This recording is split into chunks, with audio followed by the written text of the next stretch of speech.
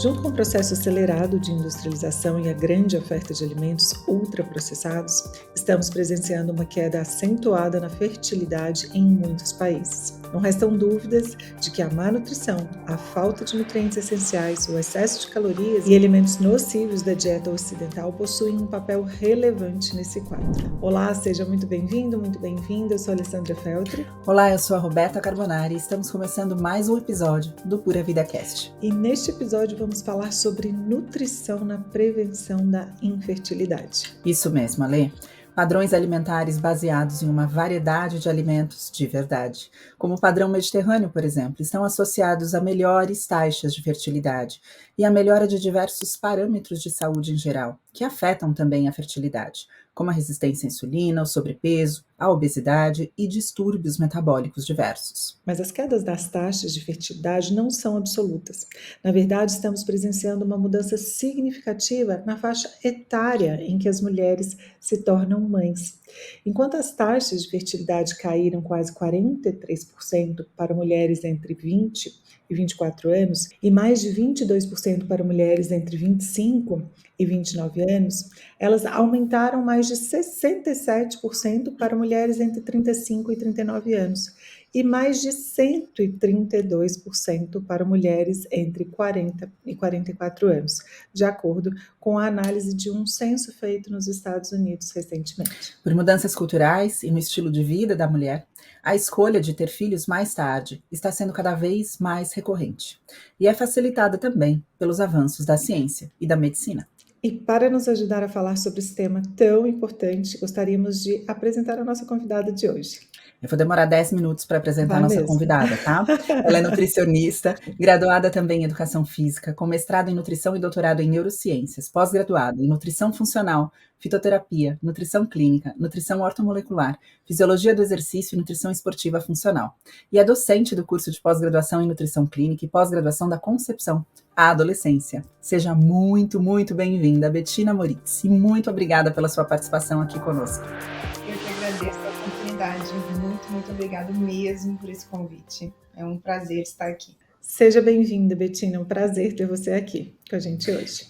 Eu vou começar já fazendo pergunta para aproveitar esse tempo precioso que a gente tem com a Bettina. E eu queria falar justamente sobre esses dois fatores diferentes que a gente tem observado com relação à fertilidade. Por um lado, a gente tem os estudos que apontam uma queda, né, generalizada de fertilidade na população. Mas, por outro lado, as mulheres têm escolhido ter filhos cada vez mais tarde, mostrando que é possível manter, né, uma fertilidade saudável, desde que muito bem acompanhada, né, após 35, 40, 45 e até mais. O que explicaria esses fenômenos? Vamos falar um pouquinho sobre os dois, Bettina?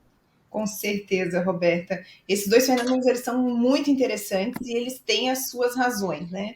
A gente vai começar falando pela queda da fertilidade em geral, né? Atualmente a gente tem uma queda, uma mudança no estilo de vida, né? Que traz um impacto bastante negativo nessa capacidade aí de gerar filhos, hábitos alimentares ruins, falta de exercício, exposição a substâncias tóxicas, um amadurecimento geral ali do ser mãe, do querer ser mãe muito mais tarde. As mulheres estão priorizando muito mais as suas carreiras, né? E aí, além disso, a gente tem também algumas situações que podem gerar, algumas condições que podem gerar uma dificuldade maior para gestar, né? Como obesidade, síndrome do ovário policístico, endometriose, distúrbios, desequilíbrios hormonais, que geram aí a dificuldade na concepção e até mesmo achar o pai da criança, né? Isso é um grande fator. Ótimo, adorei. A Roberta fez uma cara séria assim para poder entender para onde que estava indo, aí depois Depois eu entendi. Acharam o pai da criança? Agora eu entendi. Porque é difícil, às vezes, você ter um relacionamento aí que tenha confiança e segurança, né? Porque gerar um filho hoje, a gente tem um entendimento muito maior do qual é a importância que isso tem, né? Que isso nos traz e toda a bagagem que a gente precisa ter. Então, a gente prioriza antes a carreira e também se preocupa, né? Com a escolha deste parceiro para ter aí a futura concepção, né? E as mulheres realmente estão escolhendo mesmo, né? Ter filhos mais tarde. E isso se deve não só a essa busca pela sua própria carreira, pela educação, pela conquista da independência financeira, mas também eu acredito por uma grande maturidade, né? Esperando ter uma boa maturidade para ser mãe. E a gente conseguir ser mãe mais velha, engravidar mais velha, eu acredito muito fortemente que ela esteja relacionada ao avanço dos estudos na área da nutrição, melhorando aí a fertilidade dessas mulheres e também, claro, de um grande avanço da própria medicina reprodutiva, né? Que hoje em dia traz várias técnicas de fertilização in vitro, possibilidade de congelamento de óvulos e torna aí acessível, e é muito mais acessível do que era anteriormente, né? Trazendo uma possibilidade dessas mulheres se planejarem, né, para o momento certo delas terem os filhos. E Betina, eu queria aproveitar, você trouxe, né, sobre a tecnologia mesmo, né, da medicina, proporcionando a essa mulher adiar esse sonho de ter filhos. Mas vamos falar aqui sobre o aspecto nutricional na melhora da fertilidade. Então, por exemplo, uma mulher que hoje, aos 35 anos, realmente quer adiar ainda mais 5 anos, né, esse sonho de ser mãe, né, a gestação. Quais seriam as principais frentes ali da nutrição para auxiliar essa mulher ou num congelamento de ovos, né, ou melhorar aí a relação dos hormônios, né, para essa fertilidade? Como que a nutrição atuaria nesse momento de vida da mulher? A nutrição atua em várias frentes, né? A primeira delas é no controle das comorbidades que estão associadas à infertilidade, né? No caso da síndrome do ovário policístico, por exemplo, né, o controle da síndrome, facilitando aí a melhora e melhorando a qualidade dos folículos e melhorando essa resistência à insulina que acontece na maior parte dessas mulheres com síndrome do ovário policístico, no controle da própria endometriose, né, regularizando problemas hormonais, auxiliando no tratamento de sobrepeso e obesidade, que a gente sabe que está muito associado aí ao risco de infertilidade, tratando disfunções da tireoide, a gente sabe o quanto a nutrição tem um impacto direto na formação dos hormônios tiroidianos e na regularização desses hormônios, né? E são vários nutrientes ali que são cofatores importantes como ferro, iodo, selênio, entre muitos outros, e ainda auxiliando na diminuição de processos inflamatórios e controle de doenças autoimunes. Além disso, a nutrição ainda ela é capaz de ajudar na diminuição, né, ou no acesso, na ajuda da eliminação de toxinas ambientais. A gente sabe que a gente está exposto diariamente a um grande número de substâncias tóxicas, pesticidas, produtos químicos, industriais, né, e que podem impactar diretamente aí na saúde dessa mulher, na qualidade desses oócitos. Além disso, nós podemos tratar, junto com a medicina, os processos de desbiose. A gente sabe que a desbiose intestinal e vaginal, endometrial e seminal estão diretamente relacionados às taxas de sucesso aí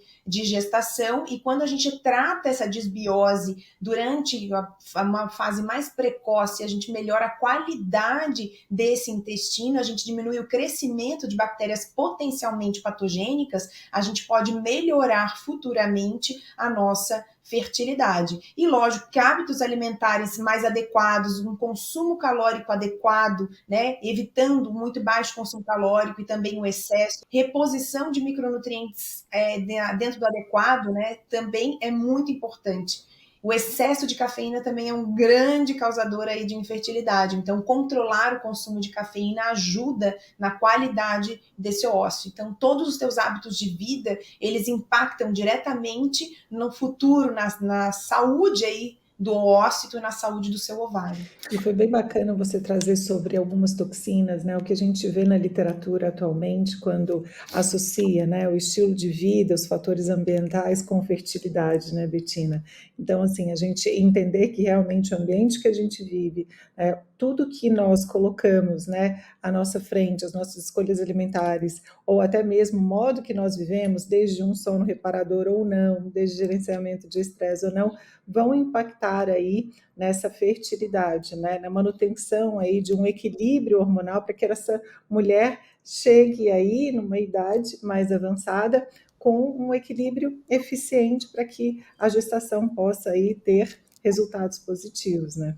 Com certeza nós estamos imersos numa grande quantidade de toxinas ambientais, né? A gente tem aí muitas toxinas ao nosso redor, desde o bisfenol A e outras toxinas também que são pesticidas, fungicidas, presentes nos alimentos. Tem muita gente que acaba não consumindo, inclusive vegetais, com medo desses pesticidas, mas não se engane, os alimentos industrializados, eles acabam tendo muito mais pesticidas, né? Eles também contêm esses contaminantes que geram aí um grau de infertilidade bastante importante. E aí, dependendo do contaminante, ele vai se ligar em receptores hormonais, diminuir a produção, diminuir a parte da implantação, alterar a qualidade do espermatozoide, mas principalmente alterar a qualidade do ócito especificamente, gerando aí óvulos, né, de pior qualidade. Óvulos a gente chama, entre aspas, né, que o nome correto é o óvulo secundário, mas diminuindo aí a chance dessa mulher ter no futuro uma gestação saudável. Eu achei bem interessante, Bettina, você trazer também, quando você falou da importância da alimentação, né, de uma alimentação adequada, de uma alimentação que evite excessos, você frisou que também não seja restritiva. E eu acho importante a gente tocar nesse ponto também, porque a gente observa também a dificuldade de mulheres que viveram ciclos sem fim, né, de dietas extremamente restritivas, com uma qualidade, né, deficitária em nutrientes e com uma quantidade energética também deficiente para a produção hormonal, né, para a função ali da fertilidade acontecer. Então, achei muito interessante você também trazer isso aqui, porque muitas jovens também nos ouvem aqui. Né? E a gente começa a cuidar da fertilidade não aos 30, aos 35, aos 40, a gente começa desde cedo, né? Então o que você trouxe aqui é essencial.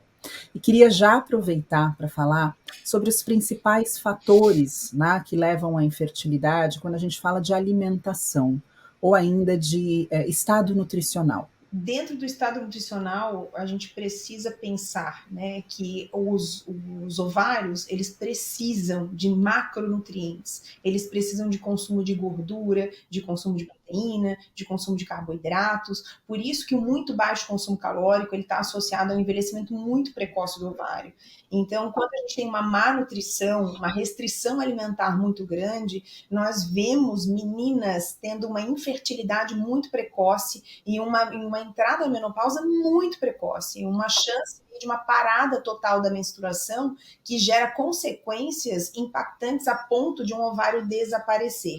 Ao mesmo tempo, o excesso da alimentação é muito ruim, né? O sobrepeso e principalmente a obesidade, ele está associado a um estado de inflamação importante que gera aí um estresse oxidativo aumentado neste ovário, trazendo aí um impacto na diminuição da qualidade desses folículos. Além disso, vários micronutrientes são extremamente importantes e precisam estar dentro da nossa dieta para ter uma qualidade destes folículos. E a gente poderia numerar vários, né? Mas entre eles, a gente pode citar talvez o metilfolato, né, que já é conhecido, o ácido fólico na sua forma ativa é um importante nutriente aí para as mulheres que desejam engravidar, para que a gente tenha uma garantia aí de qualidade de desenvolvimento deste feto de forma saudável. O ômega 3 é outro nutriente que a gente também encontra nos peixes de água fria, mas muitas vezes não em quantidade suficiente na nossa dieta e que também faz parte na diminuição aí do processo inflamatório, na melhora da qualidade do ósseo dessas mulheres. Além disso, a gente tem os antioxidantes que são extremamente importantes, né? O consumo de frutas e de vegetais é muito importante e é necessário. Então, mesmo que você não tenha acesso aos alimentos orgânicos, é importante que você tenha a consciência de que você precisa comer frutas e vegetais todos os dias. E o ideal é que você tenha um consumo mínimo de 3 a 5 frutas diferentes por dia e também um consumo de 2 porções, pelo menos, de legumes e verduras diários, para que a gente tenha um mínimo de micronutrientes e fitoquímicos que ajudam aí na diminuição do estresse oxidativo aí desses folículos. Outros nutrientes são importantes, como o consumo adequado de ferro, que pode vir através da alimentação, né, as carnes, ou até mesmo nas mulheres veganas ou vegetarianas, a gente vai ter uma grande concentração de ferro nos feijões, nas lentilhas, e até mesmo trocar parte da proteína animal por proteína vegetal parece melhorar a fertilidade em grande parte aí dessas mulheres. Um outro nutriente muito importante para o desenvolvimento do folículo, né, e é essencial, inclusive, para a segunda e última fase, né, do desenvolvimento e maturação desse folículo, é o zinco. A deficiência dele gera mais embriões aneuploides, que são embriões com contagem cromossômica anormal. Se faltar cálcio nessa dieta, né, eu não terei um número adequado de folículos maduros para as mulheres que vão para uma fertilização in vitro, eu posso não ter nem ovulação. Um muito baixo consumo de cálcio pode ser um único fator limitante para a fertilidade de uma mulher, por exemplo, né? E aí eu preciso que esse cálcio esteja em aporte adequado aí, vindo da dieta ou via suplementação. Um outro nutriente extremamente importante é a vitamina D, né? Ela é essencial para a produção dos hormônios sexuais, mas também para o desenvolvimento do folículo e até mesmo processo de implantação, né? A dessidolização do endométrio necessita de vitamina D. A gente pode adquirir através da alimentação, né? Óleo através do fígado de alguns animais, né? O óleo de fígado de bacalhau tem uma alta concentração de vitamina D, mas ou até mesmo melhorando o estilo de vida, se expondo mais ao sol ou repondo através de suplementos alimentares. Mas eu queria até reforçar alguns dos nutrientes que você trouxe com os hábitos de vida atualmente, né? Então, por exemplo, quando você fala de cálcio, né, a importância dele aí para a fertilidade. E atualmente, o que a gente encontra? As pessoas, grande parte delas, excluindo, né, lácteos da alimentação, porque ouviu dizer que inflama, ouviu dizer que não faz bem. Mas espera aí, você é quem, né?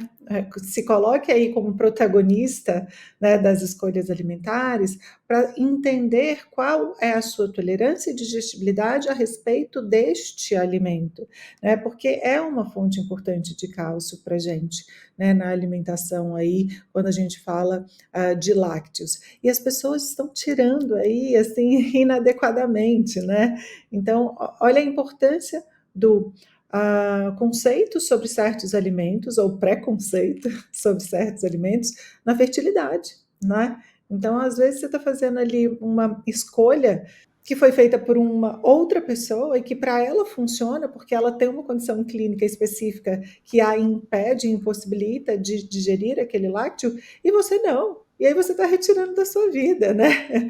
Então, essa individualização, esse olhar para si, né, o que é bom para você, o que a sua alimentação e suas escolhas diárias elas te oferecem, né? Então isso é super importante, a gente poder avaliar um contexto individual, né? Ale, a maioria das pacientes que chegam ao meu consultório, que são nutricionistas, a primeira coisa que eu pesquiso é a deficiência de cálcio, porque existe realmente um grande mito de que derivados lácteos façam mal para todo mundo, e aí a gente precisa pensar realmente nessa questão da individualidade bioquímica, de ele vai fazer mal sim, se você for alérgica à proteína do leite, se você estiver consumindo derivados lácteos de péssima qualidade, né? Se você estiver consumindo excessivamente este alimento. Então, sim, ele pode trazer prejuízos, mas quando ele é bem aplicado, né, numa forma adequada, de uma boa qualidade, e se você não for alérgico à proteína do leite de vaca, nenhuma das proteínas, aí a gente também tem outras opções, a proteína do leite de cabra, a proteína do leite de ovelha, então a gente pode obter esse cálcio de uma outra forma. E claro que a gente também tem outros meios, para os veganos, por exemplo, mas de ajustar a quantidade de cálcio necessário para o dia. O que acontece é que muitas vezes a maioria das pessoas não tem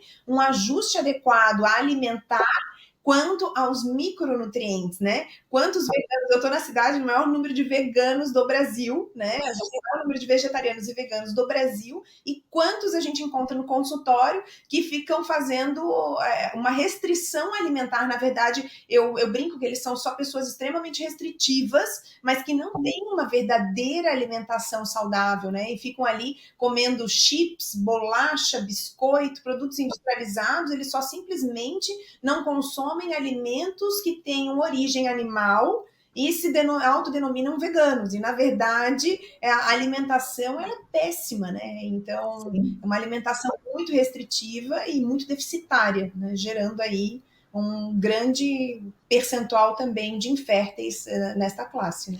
E tudo que a gente precisa é de densidade nutricional, tanto numa alimentação aí com produtos, né, de origem animal ou, né, a opção aí de vegetarianos e veganos, né? Então, a gente entender que só o título, né, ser vegetariano ou vegano, ele não quer dizer ali saudável, né? O trocar, igual você trouxe como exemplo, né? Os estudos mostrando que fazer uma substituição adequada aí de produtos de origem animal e incluindo mais alimentos vegetais com equilíbrio, pode favorecer aí essa fertilidade. Mas até fazer essas trocas, né, o profissional de saúde ao seu lado pode ajustar. A gente falou sobre macronutrientes, a importância deles ali, né, para essa qualidade aí dos folículos, enfim, que não somente micronutrientes, mas macronutrientes. O quanto esse indivíduo vegetariano ou vegano, ele ingere de proteínas ao longo do dia. Né? E aí a gente sabe também a importância dessa proteína, principalmente dos aminoácidos, quando a gente fala de disruptores endócrinos, né? Ou das toxinas que estão presentes o dia inteiro conosco, desde o momento que a gente acorda até o momento que a gente vai dormir, como o seu corpo vai fazer essa detoxificação. No processo de detoxificação, existe uma das fases onde vários aminoácidos entram ali para poder eliminar e favorecer a eliminação dessas toxinas. Então, a proteína também ela vai fazer a diferença ali no equilíbrio nutricional ali do plano alimentar desse indivíduo, né? Com toda certeza, né? E a gente precisa ter meios de eliminação dessas toxinas. Até para os veganos ou vegetarianos, a gente tem algumas formas também de auxiliar nessa eliminação, mas não só para eles, aí para a população em geral, né? Ao aumento da produção de glutationa, por exemplo, reposição de cisteína. A gente sabe que a reposição de cisteína na forma de N-acetilcisteína é o aminoácido limitante para a produção de glutationa, e aumentar a glutationa, tanto para os folículos quanto para o espermatozoide, né? Ajuda na qualidade desse ócito, mas também pro fígado melhora aí a eliminação de toxinas. É tudo muito integrado, né, Betina? Quando a gente fala de qualidade de óssito, a gente fala de mitocôndrias, né, de equilíbrio de estresse oxidativo, a gente fala do fígado, né, desse processo de detoxificação, a gente fala da saúde intestinal, porque a gente conhece também esse eixo intestino-mitocôndrias, né, intestino ruim, mitocôndrias ruins, intestino ruim. Existe aí uma conversa, né, entre esses dois tecidos que acontece todos os dias. Então, a gente enxergar que diferentes frentes vão ser necessárias para a gente manter, né, a fertilidade e manter aí esse equilíbrio hormonal e essa saúde aí desses ócitos aí também, né? Com toda certeza, né, Ale? A gente precisa realmente se preocupar com o fígado, com o processo de detoxificação, a gente precisa se preocupar com esse estresse oxidativo que está acontecendo, né? Já que as mulheres estão querendo engravidar mais tarde, uma das coisas que talvez a maioria das mulheres não saibam, mas a idade ideal para os ovários para engravidar é de 18 a 23 anos, e a gente está aí com um grande número de mulheres engravidando depois dos 35 anos. E a gente já nasce com os nossos folículos, né? Então, eles não se replicam depois do nascimento, eles são formados dentro da barriga da sua mãe. Então, nós temos que ter um cuidado desde o nascimento, né, até o processo de envelhecimento, para a saúde desses folículos e para que a gente tenha a chance aí de uma gestação saudável, né, mais tardiamente, quando a gente pensa em gestação com óvulos próprios.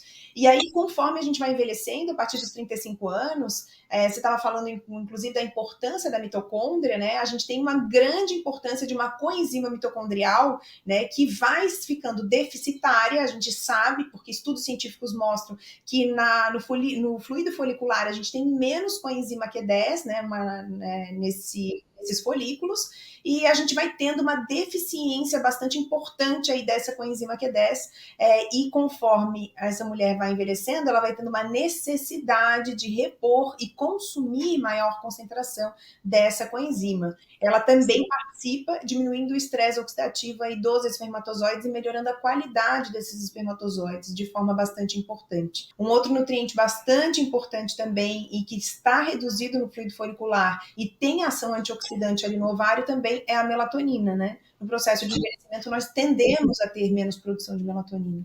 E ela está diretamente envolvida, né, na redução do estresse oxidativo, porque essa melatonina ela também entra na mitocôndria e exerce um papel de frente ali de defesa, né, na redução do estresse oxidativo. E se a gente sabe que a ciência mostra aí que o estresse oxidativo ele impacta fortemente aí também na fertilidade, a melatonina ali sendo essencial aí, né, esse funcionamento mitocondrial. Eu acho que ficou muito claro, né, que o fato das mulheres quererem, né, e poderem engravidar mais tarde vem acompanhado de uma grande responsabilidade de saber que elas estarão expondo, então, né, estes óvulos, né, por mais tempo a diversos fatores, e por isso é muito importante todos esses cuidados. Mas eu queria trazer um ponto importante aqui também, que acho que é muito comentado em consultório, muito trazido em consultório, tá, com relação ao poder, a influência da alimentação quando há um quadro que está associado à infertilidade. Então, por exemplo, é bem polêmico até, né, o fato de sabermos, como nutricionistas, acho que todas as nutricionistas falarão de mãos unidas, que a alimentação tem um impacto significativo na síndrome do ovário policístico, né, no controle da síndrome do ovário policístico. Mas por muito tempo, quando falávamos isso era ouvido bem baixinho, e não, mas deixa para lá, a gente faz de outra forma, né? E eu queria que você falasse um pouco disso, porque também tem sido muito mais frequente o diagnóstico de síndrome do ovário policístico e também separar já o que é um ovário com policistos e uma síndrome, né, de ovário policístico, que é bem diferente. Mas a importância de entender o que é uma síndrome do ovário policístico, do quanto a alimentação, por exemplo, interfere, bem como nos casos de endometriose, que eu acho que são os dois casos mais trazidos ao consultório, né, com esse pedido de suporte através da alimentação para uma sintomatologia mais controlada. Roberta, a síndrome do ovário policístico é a endocrinopatia mais comum, né? A gente tem um percentual da população de 6% de mulheres afetadas pela síndrome do ovário policístico. E a gente tem diferentes fenótipos, coisas que não se conhecia anteriormente. O fenótipo clássico não é aquele que principalmente ele traz uma carga maior associada à infertilidade. E ele está muito relacionado com aumento dos androgênios, e esse aumento dos androgênios ele vem principalmente por um aumento da resistência à insulina. E aí o consumo de industrializados, de açúcar, de farináceos, né, em grande quantidade, ou até um excesso de consumo calórico, associado a uma genética propícia para o quadro, pode ser o que favorece ao desenvolvimento da síndrome do ovário policístico. Eu mesmo sofro da síndrome do ovário policístico e fui diagnosticada como completamente infértil por 3 médicos diferentes na minha adolescência. Né? Normalmente a gente tem ciclos anovulatórios muito longos, né? Ciclos que ultrapassam 45 dias, 3 meses, 6 meses. Eu nunca tive a menarca, eu nunca tive a menstruação. Então, era uma síndrome do ovário policístico bastante não controlada e que normalmente, na época, né, hoje eu estou com 44 anos, mas na época, quando eu era mais jovem, falava-se muito de exercício, já se falava de exercício físico, de controle do peso, de controle do consumo alimentar, mas eu tinha um percentual de gordura baixo, fazia exercício físico diariamente e mesmo assim não tinha uma melhora do processo aí da síndrome do ovário policístico. E o meu ovário era completamente anovulatório. Foi daí que surgiu o meu desespero e a minha vontade. Eu sempre fui muito curiosa e aí houve uma curiosidade muito grande não é possível, precisa ter alguma explicação para isso. Né? O tratamento com anticoncepcional ele não é resolutivo. Eu menstruar com anticoncepcional ele não faz meu ovário funcionar. E por que meu ovário não funciona? E aí eu comecei os estudos científicos e aí a gente vê que realmente a nutrição ela é determinante no tratamento da ovário policístico. Então, na melhora da resistência à insulina, a gente tem inúmeros nutrientes que melhoram esse processo, desde o cromo, ácido alfa-lipoico, milinositol, ajustes na dose de vitamina D, claro, a perda de peso quando se tem um sobrepeso ou uma obesidade em pelo menos 5% do peso corporal, né, uma dieta mais mediterrânea, são todos ajustes alimentares que melhoram todos esses parâmetros de forma significativa e na maioria das vezes a gente tem um grande sucesso aí na busca, né, pela maternidade. Eu tentei o uso de vários hormônios e realmente sem sucesso, né, meu ovário realmente não funcionava. Ele funcionou realmente com nutrientes, né, com uma suplementação adequada, porque a dieta mesmo eu já fazia. E a endometriose é uma outra questão que também chega muito ao consultório. A gente tem uma Exatamente, eu ia te perguntar sobre. tem sido cada vez mais crescente, porque a Muito. endometriose ela tem dois componentes bastante importantes associados. O primeiro deles é os xenoestrógenos, são as toxinas ambientais que conseguem se ligar nos receptores estrogênicos e aumentar a atividade estrogênica. Então, você já tem um ambiente propício geneticamente, e aí esses xenoestrógenos aumentam e amplificam esse processo, né, fazendo o desenvolvimento da doença, né, estando por trás do desenvolvimento da doença. E um segundo ponto, que é o processo de desbiose, né? Nós vivemos num mundo não só imersos em toxinas ambientais que pioram o quadro aí do processo de desbiose, mas também nós temos uma vida extremamente estressante, né? E esse estresse, uma alteração do estilo de vida, um sono não repousante, tudo isso culmina num processo de piora da endometriose, não só a endometriose, mas uma outra doença que também é a adenomiose, né, que está associada aí a falhas de implantação repetidas, e a gente vê cada vez mais. Se a gente for pensar num único nutriente, por exemplo, a melatonina, né? A melatonina, quando foi dada em ratas, onde eles desenvolveram endometriose nas ratas, e deram melatonina para as ratas, os endometriomas diminuíram ou até desapareceram. Então, na endometriose, não durma. Fique submetido a telas, né? Depois das 8 da noite, a luz azul, né? E você terá uma piora muito significativa aí do quadro. Estilo de vida tem total relação com a endometriose. Quando você estava falando de síndrome do ovário policístico, eu já estava aqui, ó, engatada para poder falar que a endometriose é exatamente a alimentação controlando todo esse metabolismo aí, né? Toda essa condição clínica, e inclusive nos livros de endocrinologia, né? A primeira frase, né, da conduta para a melhora da endometriose, dos sinais e sintomas, é a nutrição.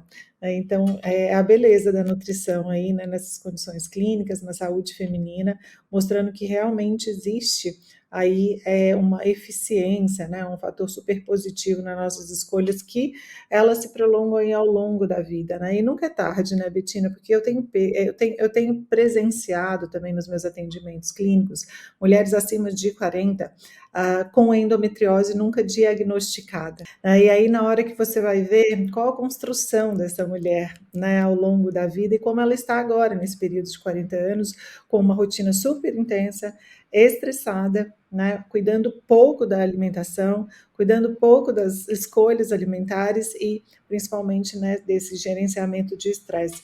E aí é tão gostoso, né, porque quando a gente coloca as estratégias nutricionais ali em prática e o retorno dessa paciente com as melhores de sinais e sintomas, né, é muito gratificante. E aí a gente vê que é a nutrição, é o estilo de vida, né, e isso é muito encantador para nós que trabalhamos com isso e escolhemos isso para a nossa vida, né, de transformar vidas.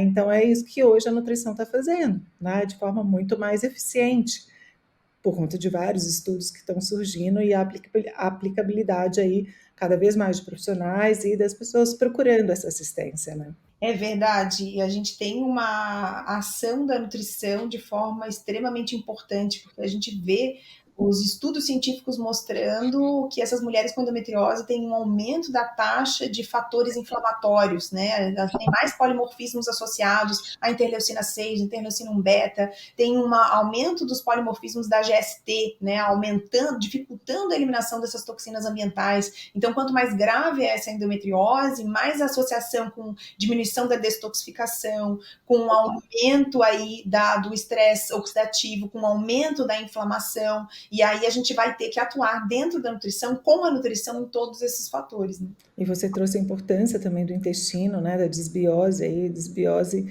é um fator aí super negativo para condições, né, de endometriose. Então, cuidar do intestino para uma paciente aí com endometriose é fundamental também. Fundamental, né? Existe uma teoria associada da endometriose associada à desbiose, uma desbiose de endométrio, uma desbiose de trompas, né, aumentando aí o risco do desenvolvimento desses endometriomas, né, e aí quando a gente tem um ambiente mais adequado, uma alimentação mais adequada, um pH vaginal adequado, e isso tudo pode auxiliar na prevenção aí dessa endometriose, quando a gente pensa aí nesse processo de desbiose, né. É muito bom a gente saber que a gente tem uma ferramenta que funciona, né? Essa é a verdade. A gente escolheu uma ferramenta que funciona. Então, acho importante a gente só deixar, né, para os nossos ouvintes sempre a mensagem de que se você está buscando uma gestação, para você se cercar de profissionais de todas as áreas, né? Para você investigar não só a sua alimentação, mas investigar também a sua questão hormonal,